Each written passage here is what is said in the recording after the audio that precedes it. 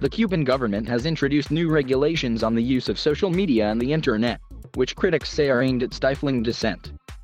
The decrees were published in the wake of the largest anti-government protests to sweep through the communist-run island in decades. People used social media to share footage of the demonstrations and galvanize supporters. The decrees make inciting acts that alter public order a crime. They also order internet providers to cut access to those who spread fake news or hurt the image of the state. They were published in the Gaceta official newspaper just over a month after thousands of Cubans took to the streets in a rare show of anger with the communist government. The protests, which started in the small town of San Antonio de los Baños, seemed to have no formal organizer but appeared to have been convened through an online community forum.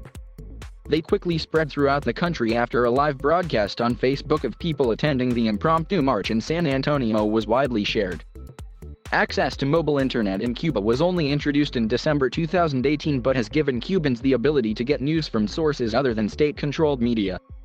However, Cuba's telecommunications network remains under the control of the state, and in the hours and days following the protests, users found they could not access Facebook, WhatsApp, Instagram, or Telegram.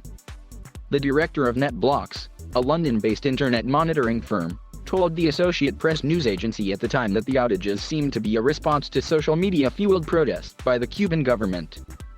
Cuban officials said the new decrees were aimed at keeping Cubans safe from cybercrime. Deputy Communications Minister Wilfredo Gonzalez told AFP news agency the new regulations were brought in to protect Cubans' personal data and their privacy. But he added that they would also protect state officials, as under the new rules no one can denigrate an official of our country or our revolutionary process. Human Rights Watch's America's director Jose Miguel Vivanco wrote on Twitter that the decrees were a move to tighten the government's grip on the internet. Mr. Vivanco added that impacting the country's prestige would now be considered a cybersecurity incident. The penalties for those incurring in such crimes have not yet been announced.